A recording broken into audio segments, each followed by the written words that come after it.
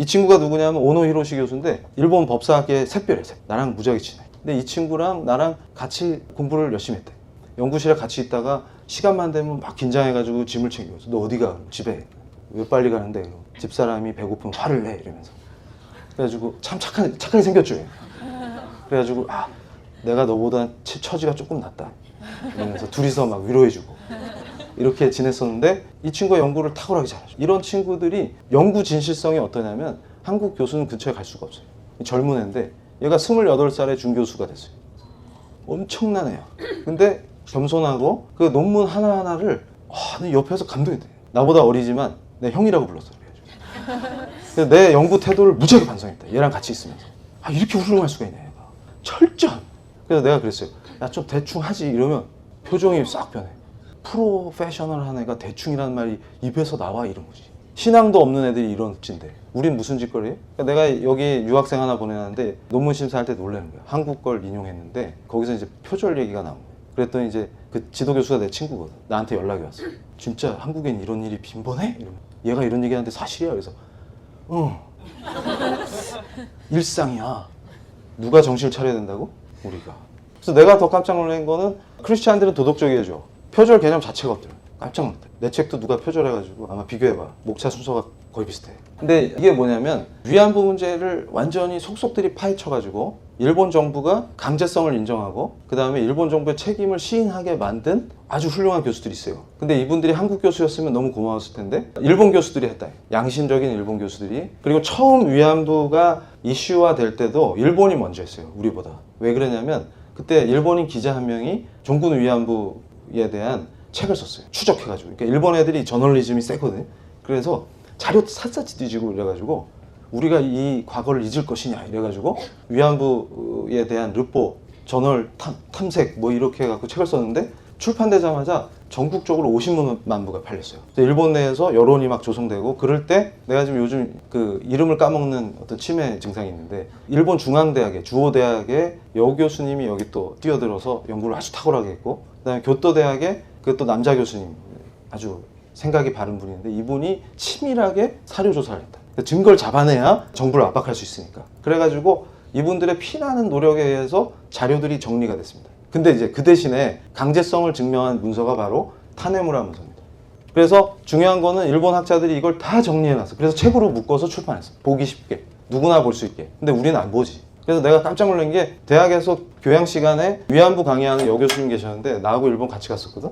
그래서 가다가 내가 물어봤어. 타네무라 문서 보셨죠? 그랬더니 그게 뭔데? 이 교수 이게 위안부 문제에서 가장 중요한 문서예요. 타네무라 문서가. 왜 그러냐면 일본 정부를 강제성을 인정할 수밖에 없게 만든 강력한 문서예요. 내무성 관료예요. 타네무라는. 근데 왜 이게 중요하냐면 업자가 주로 위안부들을 모집하러 동네를 막 이렇게 막 찾아다녔단 말이죠. 그럴 때 주민이 신고를 한 거예요. 수상한 놈들이 나타나서 여성들을 모으고 있다. 인신매매범인 것 같습니다. 이렇게 신고를 한 거예요. 그래서 경찰이 이 사람들을 연행해서 조사하는 과정에서 이 사람들이 우리 이거 군에서 시켜서 하는 거예요 지금 이렇게 얘기해요. 그랬더니 경찰이 놀래서 진짜야? 이래가지고 내무성에 공문을 보내서 질문을 한 거예요. 이런 놈들이 나타나서 부녀자들을 지금 뭐 모집하고 있는데 진짜 우리 군이 의탁해서 하는 그런 자들입니까? 이렇게 물어본 거예요. 내무성에. 그랬더니 그 내무성 담당 관리 이름이 타네무라야. 이 친구가 상세하게 맞아. 군뿐만 아니라 우리 내무성도 관여돼 있고 다 얘기를 해준 거야. 그러니까 경찰은 적극 협조해라. 이렇게. 대신에 동네에서 시끄럽지 않게 잘해. 니들이 그걸 도와줘. 이렇게 얘기해요. 왜냐하면 시끄럽게 하면 소요가 일어날 수 있으니 조용히 해라. 그 말이에요. 그러니까 무슨 얘기냐면 조선은 그 당시에 일본이 직접 점령한 지역이기 때문에 소요가 일어나면 안 돼요. 그러니까 조용히 빨리 확보해라. 그거예요. 본토도 마찬가지고. 그러니까 본토에서도 모집을 했다고. 그리고 여러분 생각해보세요. 이게 훌륭한 게 뭐였냐면 자 위안부들을 모집했어. 그러면 상해로 배를 태워서 움직이려면 외국으로 이동하려면 외무성이 또 관여를 해야 돼요. 여행객이 아니에요 지금. 이해가 되시죠? 그러니까 어떻게 돼? 일본 내각 전체가 관여된 거를 증명해버렸다. 그러니까 경찰까지 협조했으니까 경찰도 협력한 거지. 얘네들이 조직적으로 그러니까 우리로 치면 국방부만 관여된 게 아니라 군, 내각, 일본의 거의 모든 정부 조직이 딱 관여했다 이렇게 딱 공격한 거예요. 훌륭해 안 훌륭해? 훌륭하다. 그래가지고 일본이 이걸 조사한 뒤에 결론이 뭐예요? 발뺌을 못하겠다. 그래서 인정해서 나온 게 고노다마예요. 그런데 이분이 아버지 고노라고. 지금 아들 고노가 외무상이야. 근데 이제 중요한 게 뭐냐면 이게 고노다마가 나온 건데 강제 동원이죠. 강제 동원. 이게 진짜 중요한 거라니까. 여기서 보세요. 이 밑줄 친 거 보면 구일본군이 직접 혹은 간접적으로, 그러니까 간접적 관여까지도 정부의 책임을 인정해버려요. 그러니까 무슨 얘기냐면 업자한테 시켰는데요가 안 통해요. 왜냐하면 업자한테 지들이 시켰잖아. 이거를 폭넓게 인정해요. 그래서 위안부 모집에 대해서는 군의 요청을 받은 업자가 주로 일을 맡았으나 그 경우에도 감원, 강압에 의하는 등, 그러니까 속였다 이게 달콤한 말로. 근데 또 약간 협박도 하고. 왜냐면 빚을 못 갚는 사람을 업자가 협박하는 거예요. 그래서 주로 아버지 빚 때문에 많이 갔어요. 도박빚 이런 거. 또 우리가 또 타짜 민족이었잖아요. 그래가지고 감원과 강압에 의하는 등 본인들의 의사에 반해서 모집된 사례가 많이 있으며 더욱이 관원 등이 직접 이에 가담하였다는 것이 명확하게 되었다. 또한 위안소에서의 생활은 강제적인 상태에서의 참혹한 것이었다. 그러니까 얘네들이 뭘 또 인정했냐면 설사 이 중에는 알고 간 분이 있다 하더라도 여기서 생활 자체가 강제성을 또 동반하기 때문에 전체 다 강제다. 어떤 형태로 와서 어떤 형태로 근무했든 다 강제다. 그러니까 사실은 이게 여러분이 지금 시중 서점에도 뭐가 있냐면 서울대 경제학과 교수님, 경제사는 그 양반이 번역해 놓은 게 나와 있다. 뭐냐면 뒤에 보면 부록으로 미군이 점령했을 때 미 정보장교가 우리 위안부를 신문한 기록이 남아있어요. 그래서 그걸 보면 쇼킹하는. 그리고 또 뭐 무슨 자료가 남아있냐면 대구 출신인데 위안부 관리소 매니저로 취업한 분이 남자분인데 다이어리를 쓰셨어요. 영업일지 같은 거지. 그래서 그런 기록이 다 남아있대. 그러니까 위안소가 어떤 형태로 운영되고 어떤 방식으로 운영됐는지가 다 나오는데 그게 무슨 얘기냐면 그러니까 위안부가 식민지 시작하자마자 간 게 아니고 중일전쟁이 시작되면서부터 본격적으로 가기 시작한 거예요. 그러니까 위안소의 형태도 뭐냐면 전선이 가까운데 상하이 같은 대도시, 미얀마나 동남아 지역 다 형태가 달랐어요. 그러니까 별의 별 형태가 다 있어. 미얀마 지역 같은 경우는 미군이 신문할 때 당신 정체는 뭐냐? 미군이 물어보는 거야. 그러니까 군속이냐? 네, 아니래. 근데 군에 소속돼 있는데 정체가 뭐야? 그랬더니 위안부입니다. 이렇게 되는 거죠. 그래서 어떻게 생활했어? 그러면 이제 번 돈을 고향에 어떻게 송금했는지도 다 나오고. 왜냐면 그거는 대구 출신 그 아저씨가 운영 과정을 이렇게 해서 오늘은 몇 사람이 얼마를 송금해달라고 해서 해줬다 이런 게 나오니까. 그리고 미군하고 얘기할 때는 한 분이 우리 조선분인데 관뒀어. 왜냐면 일본군이랑 결혼했거든. 현지에서. 그러니까 나 이제 결혼했으니까 위안부 안 할래. 그리고 나가서 사셨는데 문제는 이제 남편이 다른 전투 지역으로 갔어. 그러니까 혼자 있으면 심심하잖아. 그러니까 위안소 소장이 부탁한 거예요. 지금 인력도 딸리는데 다시 복귀해라. 그랬더니 이제 남편한테 물어보고. 근데 남편이 뭐 대답이 없어요. 전쟁터에 있으니까. 그래서 그냥 하지 뭐. 그게 미군 신문 과정에서 나왔다. 너 정체 뭐냐? 널 보니까 계속 부대에 있었던 게 아니라 나왔다 들어갔다 했는데 뭐냐? 그래서 그거는 남편이 전쟁터에 가갖고 쉬고 있었는데 소장님이 일손 딸린다고 빨리 들어오라 그래가지고 복귀했었다. 이런 게 있잖아요. 내가 지금 뻥치죠? 지금 서점에 교보문고에 가면 있어요? 뻥치는 게 아니라 그건 어디 나오냐면 미군 신문 기록에 다 나와요. 그래서 중요한 건 뭐냐면 그러면 전쟁 범죄가 아니라는 얘기가 아니라 다양한 형태로 운영이 돼 있다. 그러니까 철조망 쳐 있고 우리가 상상하는 건 주로 중일 전쟁에서 북쪽 중국 북부의 전선에서 설치된 유형이고 그러니까 매우 다양한 형태의 위안소가 존재해요. 그러나 거기에 있는 모든 형태를 다 강제의 문제로 봤다. 그래서 뭐라 그래요? 모집, 이송, 관리, 감원, 강압 이거 다 강제성을 다 인정했다. 그래서 여성의 명예와 존엄에 깊은 상처를 준 문제다. 그래서 정부는 이건 일본 정부를 얘기하는 거죠. 이 기회에 다시금 그 출신지의 여하를 묻지 않고 그러니까 일본이 아시아 지역에서 벌인 모든 전쟁 범죄로서의 위안부를 인정한 그래서 이른바 종군 위안부로서 허다한 고통을 경험당하고 심신에 걸쳐 씻기 어려운 상처를 입은 모든 분들께 사과와 반성의 마음을 올린다. 또한 그런 마음을 우리나라로서 어떻게 나타낼 것인가에 대해서는 유식자의 의견 이건 그냥 직역한 거니까 식견이 있는 사람들의 의견을 전문가 의견을 구해서 앞으로도 계속 해나가자. 그러면서 우리는 이런 역사의 사실을 회피하지 않고 오히려 이것을 역사의 교훈으로서 직시해 가고 싶다. 우리는 역사 연구, 역사 교육을 통해 이런 문제를 오랫동안 기억에 남기며 같은 과오를 결코 반복하지 않겠다는 굳은 결의를 다시금 표명한다. 이렇게. 그 고노다마의 내용은 국제법적으로도 매우 중요합니다. 왜 중요하냐면 일본이 위안부를 모집하고 위안소를 운영하고 이 과정에서 군만 관여한 게 아니고 일본의 정부 전체와 군이 합작품이다. 여기에 직간접적으로 다 관여했다를 인정하고 플러스 위안부를 모집하고 운영하는 과정에서 강제성을 강력하게 인정한 게 고노다마의 핵심입니다. 그래서 고노다마가 우리가 굉장히 좋은 게 뭐냐면 거기서 일본이 인정한 것 중에 강제 동원을 인정했는데 강제라고 하는 개념이 좁게 정의되는 것보다 넓게 정의되는 게 우리한테 유리해요. 그러니까 예를 들면 모르고 속아서 사인하고 가신 분, 그 다음에 빚 때문에 가신 분 등등등을 다 포함했을 때 이게 강제냐 그러면 다 인정했다고. 어떤 형태로 모집에 응했건 종군 위안부는 다 강제성을 띠고 있다. 이걸 인정한 게 고노다마의 핵심이에요. 그래서 박근혜 대통령도 8.15 때 아베가 고노다마 수정하자고 나오니까 고노다마는 지켜줘야 한다 이렇게 표현하신 거예요. 그러니까 그거는 흔들림 없이 우리 정부가 지속적으로 고노다마는 손대지 마라 그 얘기를 해야 되는 거죠. 그런데 문제는 뭐냐면 왜 흔들렸냐면 일본이 흔들 의사가 없었어. 왜 흔들린 줄 알아요? 우리가 또 사고를 쳐. 어떻게 치냐면 우리는 주로 드라마로 역사를 배우죠. 드라마나 영화나 모든 미디어가 어떻게 하냐면 총칼을 든 군경이 잘 놀고 있었는데 마당에서 총칼을 들이대고 강제 연행하듯이 데려갔다. 강제 연행이다 이렇게 얘기해요. 그런데 반도에서는 강제 연행을 했다는 증거를 찾을 길이 없어요. 왜 그러냐면 강제 연행을 일본이 인정한 지역은 뭐냐면 필리핀하고 인도네시아. 그러니까 전쟁을 하면서 점령하는 지역에서는 여성들을 군인들이 사냥하듯이 해서 잡아서 데려가서 위안부로 사용했다. 그런데 조선반도는 몇 년도에 병합이 됐어요? 우리가 식민지가 몇 년도에 됐어? 10년이지. 그때부터 얘네들 땅이. 우리가 얼마나 무지하냐면 일본이 어떤 플랜을 가지고 만주나 조선반도나 대만을 통치하려고 했는지 일본의 통치 계획을 알면 일본 법제의 스타일을 알면 백주대낮에 총칼을 들이대고 자기 지역에서 자기 영토 안에서 여성들을 모집할 이유도 없으며 그렇게 해서는 안 된다고. 그런데 이거를 우리가 또 망치고 있었던 게 뭐냐면 우린 계속 강제 연행을 얘기하거든. 그랬더니 이제 아베 쪽에서 전략을 쓴 거야. 뭐냐면 야 쟤네들 계속 강제 연행 얘기한다. 쟤들이 말하는 강제성이 연행인가 봐. 우리는 크게 잡아줬는데. 그러니까 고노다마 고치라는 거예요. 한국은 강제성을 좁게 해석하더라. 근데 연행한 증거 대봐. 이러고서 우리 강제성 없다고 고치자 이렇게 돼. 지금 사태가 이해가 되세요? 그리고 원래 유럽이나 북미에서는 유럽은 특히 나치를 겪었기 때문에 우리가 위안부나 전쟁 범죄 얘기만 하면 다 우리 편이었는데 지금 분위기 바뀌는 이유가 뭔지 알아요? 한국인들이 거짓말한다 이러면서 증거를 일본이 계속 가지고 설득하는 거예요. 유엔 여성차별철폐위원회에서도 일본 외무성이 지금 엄청나게 활약해가지고 한국은 거짓말쟁이로 지금 몰고 가고 있죠. 그런데 반박을 못하는 게 실제로 우리가 다 거짓말쟁이. 그러니까 어떻게 돼? 다 우호적이었는데 아니 우호적인 판을 왜 뒤집냐고 우리가 바보짓 해가지고. 그러니까 혈압이 오르는 거예요.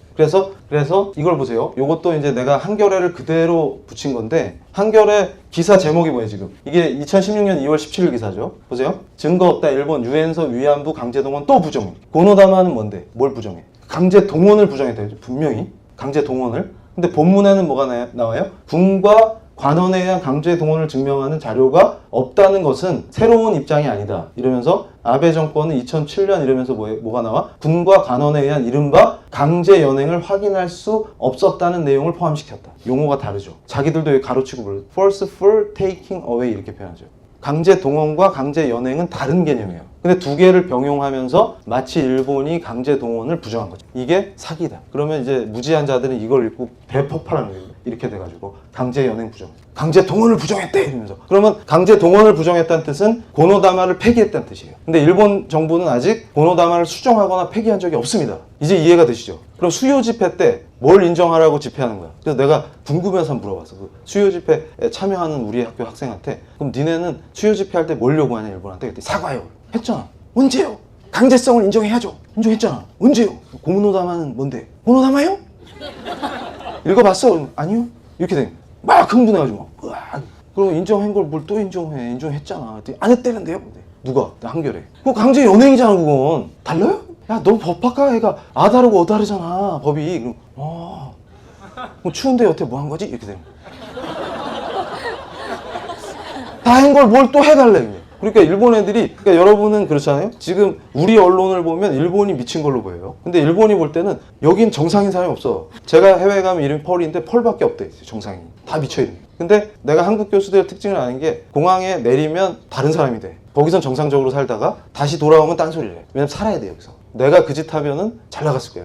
내가 또 선동을 잘하거든. 그럼 저 일본을 파괴합시다. 이러면 와 이러면서 내가 수요 집회 나가고 선동해볼까? 또 아는 게 많잖아. 그럼 막 조목조목 따지면서 일본은 사과하라 그랬더니 야 우리 영웅이 나타났다. 그런 짓거리 해서 애국자 한번 해볼까? 그러면 뭐가 된다고? 나라가 망한다고. 부안말 때도 우리가 왜 식민지가 됐어? 그런 바보짓하다. 그리고 내가 처음에 대학원에 다닐 때 사회과학을 하는 자로서 궁금한 게 있는 거야. 한국은 왜 식민지가 됐을까? 궁금해. 그래서 제가 동료들한테 물었어. 안 궁금해? 그때 안 궁금해. 궁금한 애가 없어. 진짜 황당한 게 뭐냐면 식민지가 왜 됐는지도 사회과학적으로 제대로 분석해 본 적이 없어. 나라를 세운 지가 70년이 넘었는데. 기가 차네. 예전에 임진왜란 때 우리가 엄청 얻어 터졌잖아요. 유성룡이 뭘 썼어요? 징비록? 근데 그거를 조선 사람들은 별로 안 읽었다는 얘기예요. 그게 에도 시대 일본인들이 많이 읽었던 거예요. 그냥 조선 정치나 이런 게 표현돼 있으니까 궁금해가지고 연구하려고. 이해가 됩니까 이제? 우리 상태가 어떤 애들인지? 그래서 박유화 교수 공격할 때 그 박유화가 뭘 주장했어요? 소녀상 문제 지적했죠. 왜냐하면 여러분 그거 굉장히 위험한 문제인 게 피해자를 소녀로 이미지화하면 큰일 납니다. 그게 뭐랑 같으냐면 내가 법박차니까 속이 터지는 게 예를 들면 성범죄 피해자를 생각해 보세요. 유흥업소에 다니는 여성은 성범죄 피해자 될 수 없습니까? 이해가 되세요? 그러니까 박유화가 지적하고 일본의 그 여교수들이 비판했던 게 뭐냐면 일본엔 다 나쁜 사람들만 있는 게 아니에요. 그 소녀상이 갖고 있는 처녀 이미지 그게 인권 침해적이라고 지적하는 거예요. 무슨 얘기냐면 대부분의 피해자가 20세를 넘긴 성인이었고 특히 오키나와에서 처음 커밍아웃한 배봉기 할머니는 29세에 가셨어요. 그래가지고 보세요. 이분이 바로 배봉기 할머니. 그래서 보니까 출처가 어디야? 한겨레야. 안전하다. 내가 다른 자료로 얘기하면 또 이정훈 교수가 가짜를 걔들 거 그대로 얘기해. 나 밑줄 쳐놨잖아요. 그런데 가장 많은 유형이 뭐냐면 배봉기 할머니 실제로 공식적으로 등장한 할머니보다 훨씬 앞에서 등장하셨어요. 왜 그랬냐면 오키나와에 살고 계셨는데 갑자기 추방당하게 된 거야. 할머니 누구예요? 원래 살았던 것 같은데 왜 여기서 살고 있어요? 이렇게 된 거예요. 왜냐면 뭐가 없잖아. 증명서도 없고 막. 그러니까 어떻게 돼? 저 위안부였는데 그때 커밍아웃 했다. 그래서 주민들이 도와줬어요. 할머니가 불쌍하니까 살게 해드리려고. 그랬는데 그때 이제 할머니의 일대기가 일본 언론에 공개된 거예요. 그러니까 어릴 때 민며느리라고 그게 말이 며느리지 거의 노예예요, 노예. 어린 나이에 지금 같으면 아동학대지.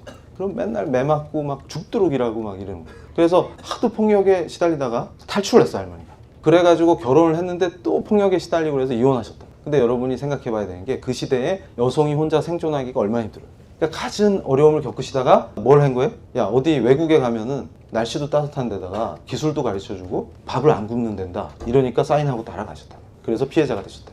그럼 이분은 강제성이 있는 거야 아니면 자발적인 거야? 강제지. 그렇게 받아들여요. 그러니 고노다마는 대단한 성취 아니에요. 성취지. 그러면 그거 국제법적으로 우리가 고노다마 수정되면 안 돼. 안 되지. 우리가 끝까지 지켜야지. 이분이 박유화 교수인데 박유화 교수님 실수한 게 한 가지 있어요. 뭐냐면 위안부 문제를 접근할 때는 감성 터치 큰일 납니다. 뭐냐면 아주 냉정하게 뭘 해야 되냐면 진짜 사막처럼 논리와 이성만을 가지고 법적인 차원, 정치적 차원에서 철저하게 들어가야 되는데 박유화 교수님 전공이 원래 문학이야. 문학.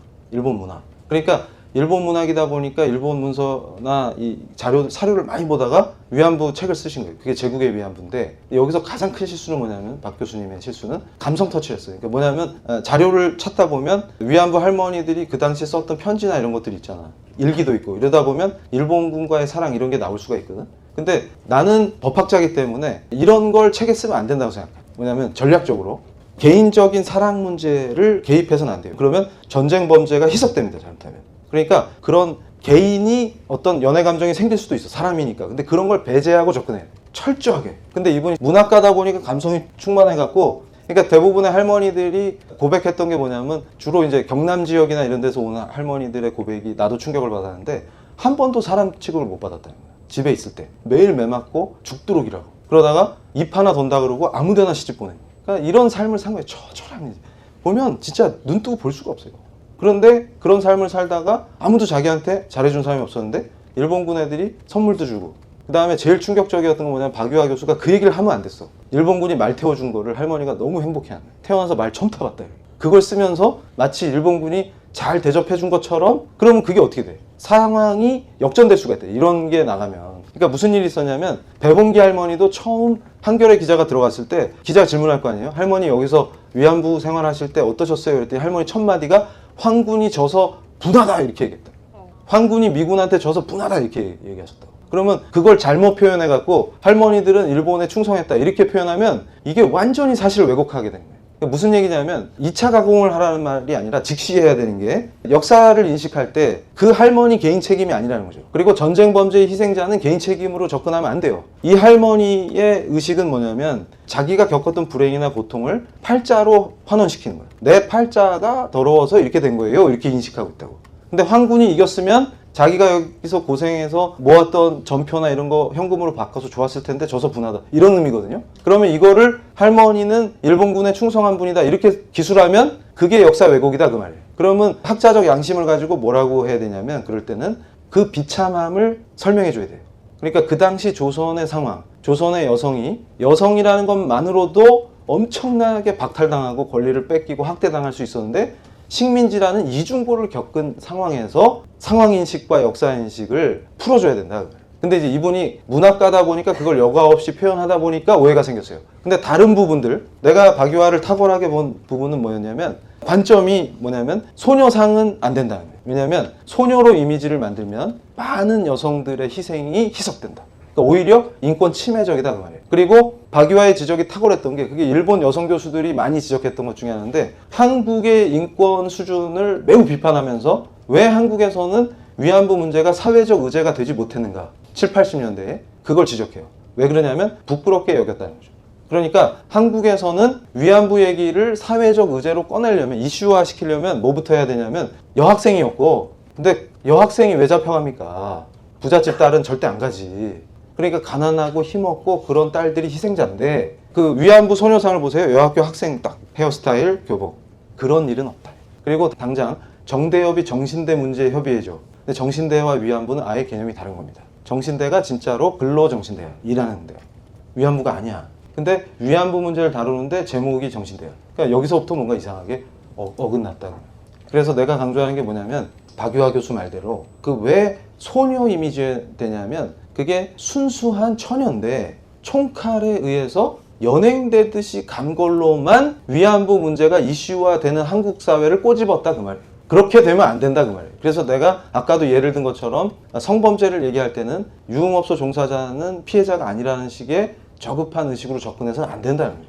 그러니까 제가 항상 강조하는 게, 인권 파리들이 문제가 있는 게 인권의식을 추락시킨다는 거예요. 그러니까 진짜 인권의식을 탑재하면 그런 식으로 형상화시키면 안 된다는 거지. 그러면 예를 들어서 실제로 그 조건에 안 맞는 할머니는 내가 위안부였다라고 커밍아웃 하는데 주저할 거 아니에요. 그런 일이 있어서는 안 된다. 이건 뭐냐면 미국 하원이 위안부 결의안을 채택했었어요. 그래서 요거를 프레시안이 번역한 걸 내가 일부러 인용해. 한겨레나. 왜냐면 또 내가 번역하면 사기쳤다 그럴까봐. 근데 지금 뭐냐면 미 하원의 위안부 결의안 내용이 있죠. 여기 보면 일본 정부에 의한 강제 군대 매춘 제도인 위안부는 집단 강간과 강제 유산, 수치, 그리고 신체 절단과 사망 및 궁극적인 자살을 초래한 성적 폭행 등 20세기 최대 규모의 인신매매다 이렇게 표현했어요.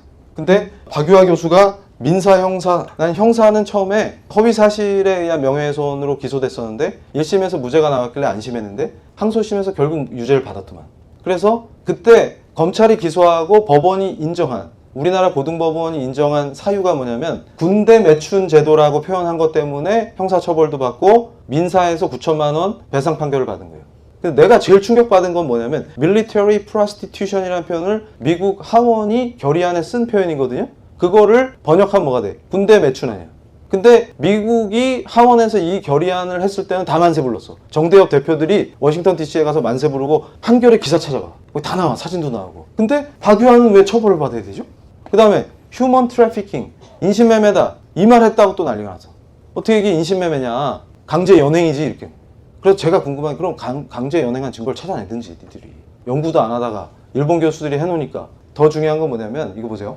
이분이 일본 역사상 가장 바보 총리로 몰리는 하토야마예요. 여기가 서대문 형무소지. 이분이 여기서 무릎 꿇고 사죄했다니까? 근데 제일 충격적인 건 뭐냐면 일본 애들은 아는데 한국 사람은 아무도 몰라. 그러니까 어떻게 돼? 일본에서 완전 바보 됐다. 왜냐면 무릎을 꿇었는데 아는 사람이 없어. 그거 누구 책임일까? 난 그게 되게 궁금했는데 왜 그럴까 했더니 보도를 잘 안 해. 이런 거 일어나면 보도를 안 해. 이 무라야마 다마가 뭐예요? 무라야마가 총리 때 공식으로 식민지배를 사죄했죠. 예를 들면 식민지배라는 개념을 쓸 때 기간이 언제부터 언제까지야. 이런 거 되게 중요하죠. 법적으로. 근데 이 나이스한 게 뭐냐면 러일 전쟁 이후부터 해방될 때까지. 요게 제일 좋은 초이스예요. 그럼 다 포함돼. 일본이 나쁜 짓 한 게. 근데 그거 토털리 사죄했잖아. 이분만 한 게 아니에요? 그러면 내가 항상 학생들한테 얘기하는 게, 김대중 오부치 선언은 뭐예요? 오부치 총리가 김대중 대통령하고 공동 선언문을 냈죠. 내가 깜짝 놀란 게 뭐냐면 한국인 중에 전쟁 범죄하고 식민지 문제하고 구분하는 사람을 못 봤어. 그 정도로 우린 개념이 약해요. 예를 들면 영국 애들한테 식민지 타령하면 안 들어. 왜냐면 세계에서 식민지 제일 많이 갖고 있었는데. 제국주의였잖아 이러면 끝나요. 이해가 되세요? 근데 중요한 게 뭐야 영국 애들한테는? war crime, 전쟁 범죄. 태평양 전쟁 기간에 일본이 했던 전쟁 범죄. 이게 더 중요하거든 쟤네들한테는. 근데 우린 구분을 안 해. 근데 중요한 건 뭐냐면 김대중 오부치 선언 때는 오부치 총리가 공식적으로 식민 지배 플러스 전쟁 범죄를 다 사과했다고. 씻을 수 없는 죄를 지은 걸 참여한다 이런 얘기도 하고. 무라야마 다마도 공식으로. 이 할아버지는 최근에도 왔다 갔잖아요. 그러니까 이 두 분이 일본에선 지금 굉장히 나쁜 총리로 몰리는 이유가 쟤들은 사죄가 습관이다. 한국 사람들 기억도 못하고 니들이 한지도 모르는데 왜 맨날 사과하고 다니냐. 그러니까 반환 감정이 혐한으로 바뀌는 거예요. 지긋지긋하다. 그래서 내가 고베대학에 있을 때 무슨 얘기가 그때 유행했냐면 한국 피로증. 그러니까 일본 지식인들한테 이제 피곤하네. 한국이란 나라는 진짜 너무 피곤하다. 그러니까 우리가 바보인 게 피로증에서 혐한으로 가고 있는데 이러면 어떻게 돼요? 한미동맹이 위태로워지. 일본이 중간 역할을. 그러니까 무슨 얘기냐면 에치슨 선을 미국이 왜 걷어요? 한국 필요 없다고 생각한 거지. 방어 라인에서. 바로 우리가 피해를 보죠. 그러면 어떻게 돼요? 일본이 중국을 상대하기에 버겁다. 한국이 있어야 된다. 이렇게 얘기해야 미국이 우리와 연합이 강해지는 거예요. 그때 우리가 일본과 경쟁하면서 이승만 대통령이 탁월하게 취했던 전략이 뭐였냐면 또 하나의 일본 대기예요. 미국이 한국을 무시하니까 이승만 대통령 전략이 뭐냐면 우리도 일본과 같은 존재가 될 수 있다. 너의 파트너로서. 요걸 강조하면서 한미동맹을 박정희 때 한미연합사를 만들면서 이게 나토처럼 구성돼요. 그러니까 미국이 아무하고나 연합방위 구조를 만들어주지 않습니다. 나토니까 해주는 거지. 유럽이니까 해주는 거지. 베트남에서 미군이 어떻게 쉽게 철수했냐면 연합군이 아니잖아. 지원군 형태로 있다가 분리하면 철수해버리면 끝난다고. 근데 지금 한미연합사 구조가 우리한테 좋은 게 나토형이에요. 연합군 구조다. 그래서 맨날 그런 얘기 있잖아요. 한미동맹, 한미연합사 때문에 자주권을 뺏겼다 이런 얘기하는 애들이 그럼 독일은 뭔데? 독일은 그걸 원하잖아요. 그리고 작전 통제권은 우리가 생각하는 그런 개념이 아니에요. 그러니까 전쟁 나면 미군이 다 알아서 하고 그런 개념이 아니야. 그러면 한미동맹에 관한 펜앤마이크 강의가 있으니까 유튜브에 그거 찾아보면 돼. 거기 내가 다 설명했어. 법적인 구조, 역사 이런 거, 히스토리. 지금 여기서 우리의 모든 걸 엮어내는 문제가 하나 있어요. 그게 한일 청구권 협정이에요. 그게 법적으로 한일 간의 문제의 출발점이에요. 요게 뭐냐면 하시모토 류타로 총리가 쓴 사과 편지입니다. 고노다마가 나왔어요. 그러면 이행을 해야 되잖아. 후속 조치가 있어야 되잖아. 그래야 한일 관계가 개선되고 한국이 용서를 해줄 거 아닙니까? 그래서 들고 나온 안이 뭐였냐면 전후 50년 프로젝트였어요. 그게 뭐냐면 일본이 아시아의 평화를 해쳤기 때문에 반성하는 입장에서 앞으로 아시아의 평화를 어떻게 일본이 주도해서 만들 건지의 플랜을 짜자 이렇게 된 거예요. 그 일환으로 나온 게 아시아 평화 여성기금이에요. 그러니까 일본 정부가 종잣돈을 내고 일본 민간이 거기에 투자를 해가지고 기금을 만들어서 위안부 피해자들을 돕는 방식이죠. 그때 한국에서 뭐라 그랬어요? 정대협이 그 돈 받으면 진짜 매춘부 되는 겁니다. 그래서 할머니들 협박해서 못 받게 하고. 당시에 할머니들이 제일 급했던 건 돈이에요. 생존을 하셔야 되잖아. 근데 그때 일본이 내세운 조건이 너무 좋아. 뭐냐면 자 보세요. 한일 청구권 협정 때문에 배상이란 말을 쓸 수가 없는 거예요. 법적으로. 그러면 문제가 돼. 국내 문제가 돼 또. 그러니까 무라야마 총리하고 우리나라 좌파 교수들을 많이 길러낸 와다 하루키 교수라고 있어요. 북한 전문가. 유명한 분이죠. 그분이 이 재단의 전무이사로 들어가면서 아이디어를 내는 거야. 뭐라 그랬냐면 돈의 성격을 정할 때 배상이라 그러면 법적 논쟁이 되고 보상이라 그러면 약해. 느낌이. 그래서 속죄금이라는 말 쓰자. 뭐냐면 한일 청구권 협정 때 모든 청구권은 이걸로 끝난다 라고 명시했지만 법적인 문제가 끝났다고 해서 도덕적 정치적 책임이 감해지는 게 아니다. 위안부는 반인륜 전쟁 범죄이기 때문에 뼈저리게 책임을 통감해야 돼서 정치적 도덕적 책임은 다한 바가 없다 일본이. 이렇게 표현하면서 그걸 다하기 위한 거다 이렇게 표현한 거예요. 그러니까 우리가 한일 청구권 협정 하면서 엄청난 돈을 받았거든. 그걸로 고속도로 뚫고 포항제철 만들고 그래서 경제발전했단 말이에요. 그랬더니 산케이 신문에서 내가 그 얘기했는데 그걸 또 기자가 일본의 근대화 기여를 인정한 교수 이렇게 나왔대 기사에. 이게 뭔 말이야. 그래서 이게 식민지 근대화론을 나한테 프레임 씌우려고 그러는구나. 그런데 산케이 원문에는 내가 분명히 1965년도에 한일 청구권 협정에 따라 5억 불 이상을 받아서 그게 엄청난 돈이에요. 당시 돈으로는. 그걸 받아서 고속도로도 뚫고 제철소도 만들고 이거는 우리 경제 발전에 도움이 됐다 이렇게 표현한 거거든. 사실이잖아요. 아니? 돈 안 받았구만. 그래가지고 내가 기가 찬 게 뭐냐면 어떤 분은 그 고속도로 만들지 말고 감자 심자고 한 분 있잖아. 지금 너무 행복하니 추위에 감자 구워 먹으면. 근데 중요한 건 부산을 어떻게 할 건데 설날에. 그렇게 되는 거예요. 제철소 없었으면 차를 어떻게 만들어. 쇠가 없는데. 근데 그 당시에 내가 20대였을 때 어떻게 생각했냐면 이 김종필 이 민족 반역자 이놈은 내가 반드시 처단한다 이렇게 생각했다. 근데 나중에 김종필 회고록을 읽는데 눈물이 나는 거예요. 왜냐면 철이 든 거예요. 이해가 되는 거예요. 김종필이 협상하러 갔는데 도쿄 오다이바에서 숙소가 있는데 그걸 거리를 보면서 우는 거예요. 서울이 이거 밤만 돼도 너무 행복하겠다. 너무 못 사니까. 그래가지고 이번에도 민호하라 교수가 아프리카 가나 수준이었는데 이렇게 말하는데 자존심이 탁 상하는 거예요. 그럴 때 바보는 민호하라 교수 멱살 잡는 거야.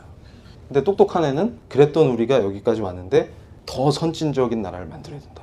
이렇게 생각합니다. 그래가지고 눈물이 나는 거예요. 당시 상황 비교해 우리 아프리카 가나랑 레벨이 똑같았다니까. 일본은 엄청난 나라였고 비교하면. 근데 그거는 이승만이 똑같았어요. 내가 고베 대학에서 이렇게 바라보면 고베 항이 보이거든. 그때 이승만 생각하고 울었어요. 이승만이 진짜 눈물 나려고 그래.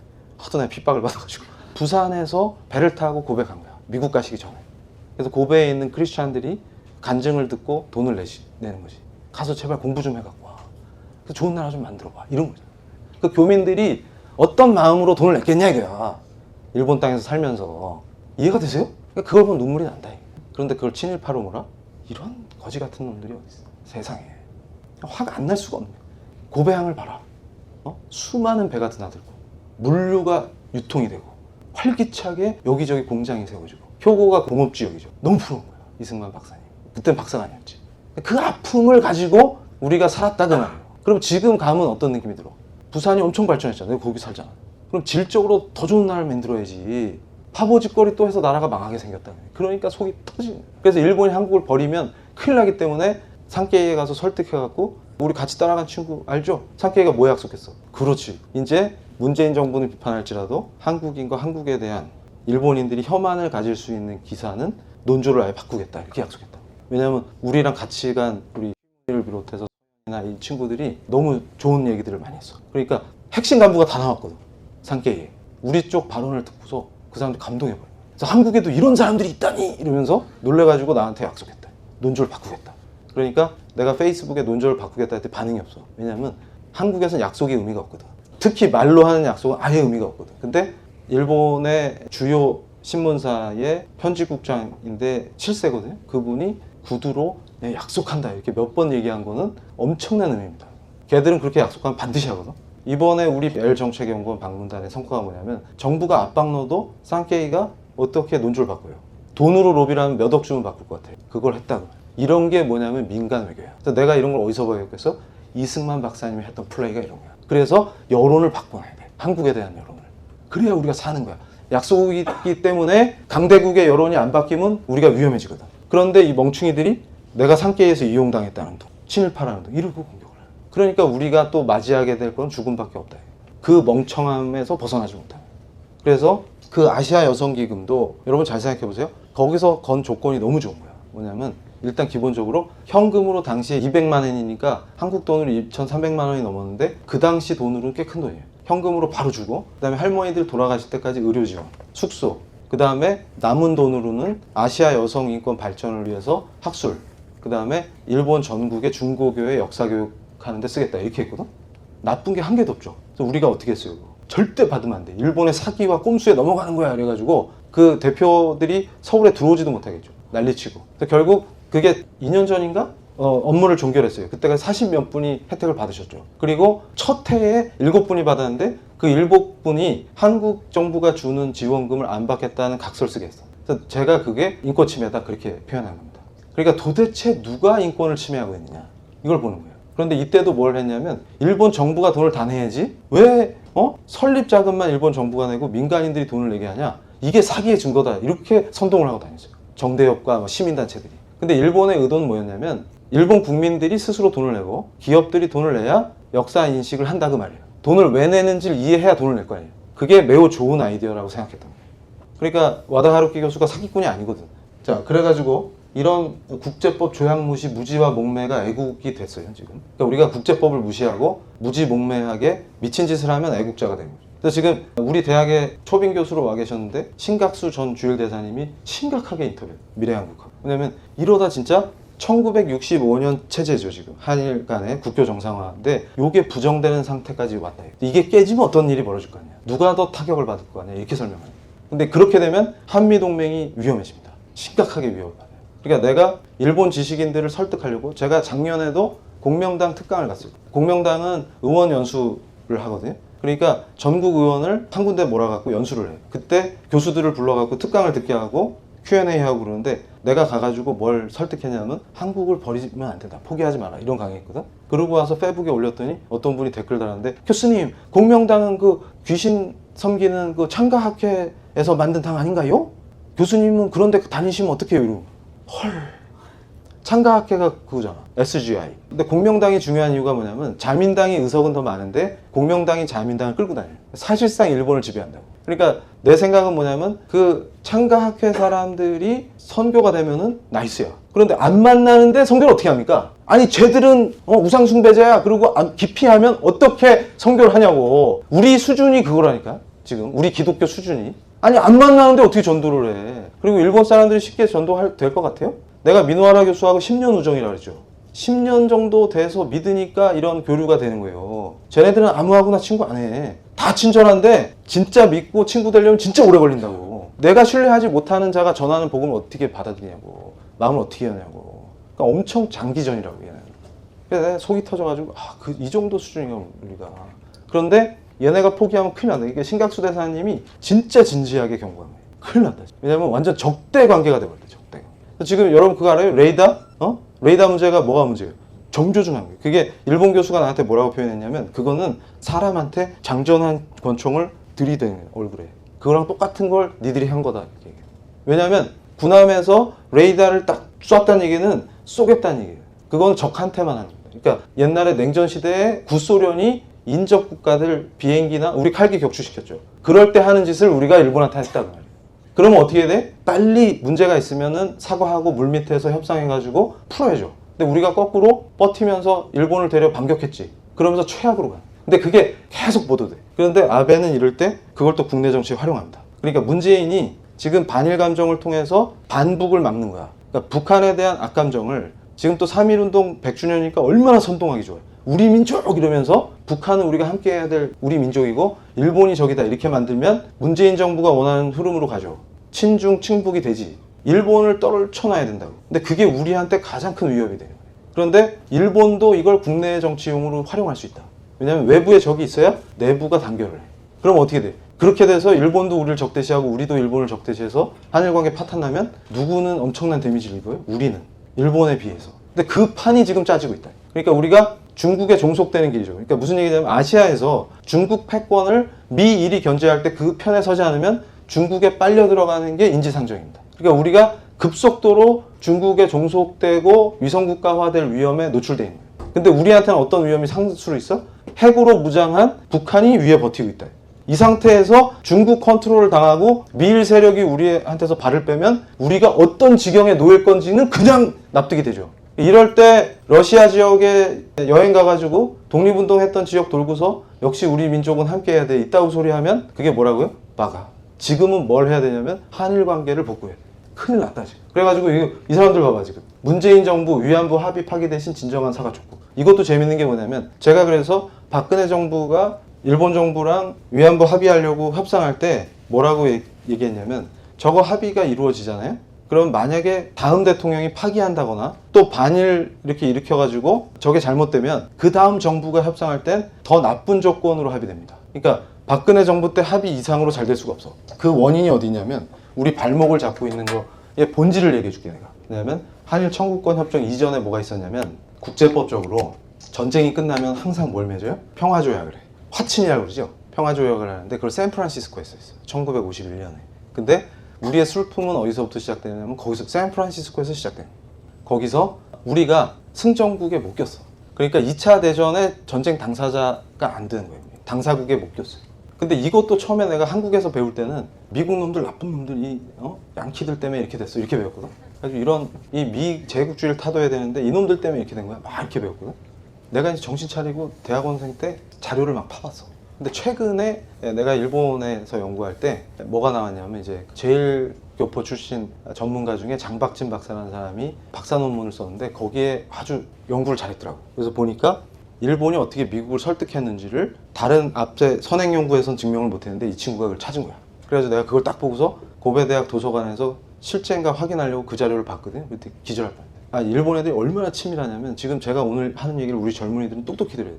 우리가 살아남기 위해서 진짜로 살아남는 정도가 아니라 이 체제를 지키려면 어떻게 되냐면 그렇게 스마트해져야 돼.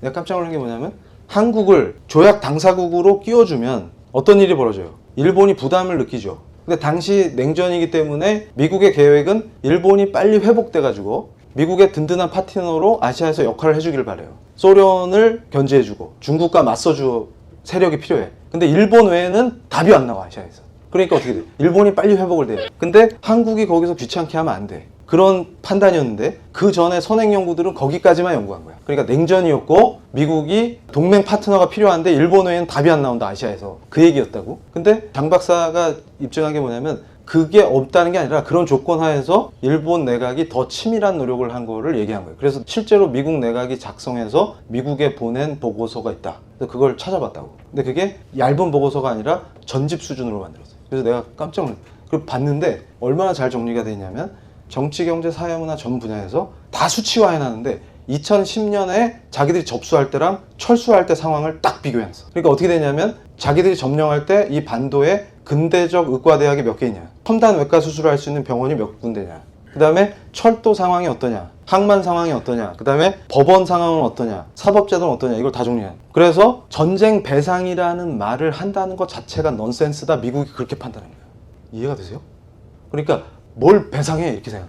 그러니까 한일 청구권 협정의 본질은 뭐냐면 양 당사자가, 일본도 청구할 게 많거든. 자기들이 학교 지으면서 거기다가 뭐 최신 설비도 하고 뭐도 투자하고 막 해놨다고. 그거를 조선인들에게 팔고 나가는 게 아니라 그냥 다 두고 나가는 조건으로 우리도 청구 안 할게, 아무것도 얘기 안 할게, 항만 건설해 놓은 거 뭐 얼마 줘, 이런 얘기 안 할게, 그냥 다 두고 그냥 철수하는 거예요. 그러니까 뭐냐면 이 사람들은 국제법적으로 나나 한국 학자들이랑 충돌하는 게 뭐냐면 1910년에 병합조약을 할 때 그 조약이 유효하냐 무효하냐 요거 갖고 싸운다고. 근데 걔네는 그게 유효한 조약이라는 걸 절대 양보하지 않죠. 그러니까 식민지가 돼서 억울한 거랑 식민지가 됐다는 법적 사실은 다른 문제다, 그 말이에요. 그러니까 절대 양보 안 하죠. 그러면 그게 동의가 안 된단 말이죠. 그러면 식민 지배에 대한 돈이 아니고 건국 축하금으로 줬어, 돈을. 근데 이제 김종필이나 우리 쪽 대표단이 뭘 원했냐면 디테일하게 그럼 징용 문제는 어떻게 할 거야, 이런 거 의제에서 다 빼고, 위안부는 아예 테이블 위에 올라오지도 않았고, 그때 이제 뭐가 합의되냐면 일단 돈을 빨리 달라 해. 무슨 이유든 니들이 붙이고 싶은 대로 붙인 다음에 빨리 돈을 달라가 우리 쪽이 요구했어요. 그래서 일본 측이 오히려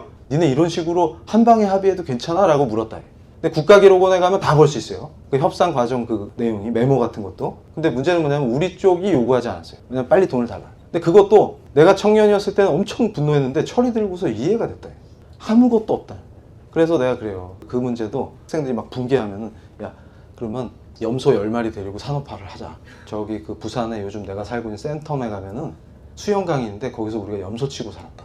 지금은 엄청 모던한 도시가 됐는데 그 염소 10마리로 출발해서 우리가 제철소 어떻게 만들죠? 염소 뿔로? 그래가지고 이게 임파서블이다, 이게. 그러니까 얼마나 애가 탔겠냐 이거야, 그때 리더들이. 그렇게 해서 엄청난 돈을 받고 양쪽이 더 복잡하게 하지 말고 퉁치자고 합의를 한 거예요. 그게 나쁜 조약이냐 좋은 조약이냐고 얘기할 상황이 아닌 거야. 퉁쳤어, 그냥. 이걸로 그냥 다 끝내자, 깔끔하게. 오케이, 이렇게 됐다고. 그러고서 우리가 고속성장했죠. 그러면서 일본 애들이, 내가 이제 그 울산에 있으니까 현대 전공한 산업사회학 교수님한테 얘기를 들었는데 일부러 가방 살짝 열어놓고 화장실 갔대. 그때 우리 엔지니어들이 사진 찍고 그렇게 해갖고 했다 이거야. 그런 게 서로 이렇게 통용됐다는 거지. 근데 문제는 뭐냐면 일본 측이 주장하는 거는 한국이 발전하면 라이벌이 될 걸 알지만 그렇게 했다는 거예요, 자기들은. 그렇다 보니까 어떻게 돼요? 문제를 해결 안 하는 게 해결 방식이었어요, 한일 관계는 항상. 그 상태에서 지금까지 온 거예요. 그러다가 갑자기 이제 문재인 정부 들어오면서 애국자들이 나타나더니 판결을 어떻게 했어? 지금 포스코 설립할 때부터 도움을 준 회사가 신일본제철이었죠. 지금은 신일본 주금으로 바뀌었는데 그 회사가 기술도 주고 했으니까 포스코가 성공한 거예요. 근데 그 회사 자금을 압류하는 결정을 판결을 해버렸다, 우리 사법부가. 그러면 한일 청구권 협정이랑 충돌하잖아. 내가 산케이에서 인터뷰한 내용이 그거예요. 그러니까 재판이 여론의 영향을 받으면 판사가 자기가 영웅심에서 내가 민족의 영웅이 돼보겠다, 안중근이 돼보겠다 하던지, 아니면 국민들이 미쳐갖고 여론이 들끓으면 그 영향을 받아서 판결을 하면 국제법을 위반할 뿐만 아니라 양국 관계가 파탄이 나버려요. 그러니까 무슨 문제냐면 개인 청구권 문제, 강제징용이나 위안부나 이런 문제는 한국 정부가 돈을 내야 될 문제예요. 한일 간의 합의에 기초해서 그 사이에 우리가 경제개발에 성공을 했잖아요. 그래서 이걸 보라고. 큰일 난다, 이게. 개인 청구권 포기했다. 근데 이게 일본과의 관계만 파탄나는 게 아니고 내가 분명히 얘기해 줄게. 만약에 국제법 질서를, 다른 나라와의 합의나 국제법 질서를 한국이 무시하는 나라다. 그러니까 아까 내가 문재인 정부 비판한 게 뭐냐면 그 위안부 합의 파기할 것처럼 떠들었죠. 후보 때. 대통령 됐는데 파기했어? 안 했잖아. 그리고 뭐만 했어요? 그 화해 치유 재단만 해산시켰지. 합의 파기 안 하고. 그럼 일본이 볼 땐 뭐야? 제정신이 아닌 거야. 왜냐하면 파기를 하든지 그러면 억울하면 새로 협상하든지 파기를 해도 큰일 나고 다시 협상해봤자 박근혜 때보다 안 좋게 합의할 걸 아니까 못하는 거예요. 뭔 말인지 이해가 되죠? 그러니까 그런 걸 쉽게 합의한다는 뜻은 우리가 국제 질서 안에서 아무도 우리를 안 믿어주는 상태가 되는 거예요. 그러니까 내가 지금 이 판결을 매우 위험하게 보는 건 뭐냐면 일본한테만 우리가 땡깡 놓는 게 수준이 아니고 국제법 질서 안에서 이제 우리가 맺는 조약이나 우리가 합의한 내용을 아무도 신뢰하지 않으면 우린 큰일 난다. 뭔 얘기냐면 중국은 국제법 신경 안 쓰는 나라라고 스스로 밝히죠. 우리도 그럴 수 있다고 생각해. 근데 중국이랑 우리는 처지가 달라요. 그래서 내가 깜짝 놀란 게 한국 사람들 하는 짓이 영토는 중국의 3배쯤 되고 군사력은 미국의 3배 정도 되고 인구는 중국보다 많은 나라 같아. 다 배째라야. 그러면 어떻게 돼요? 죽는다. 왜냐하면 한미동맹이 약화되거나 이럴 때 중국이 서해에서 횡포를 부리면 국제법으로 대결하는 수밖에 없어요. 근데 우리가 국제법을 안 지킨 나라면 국제법을 근거로 중국을 비판할 수 있는 근거 자체가 사라지는 거예요.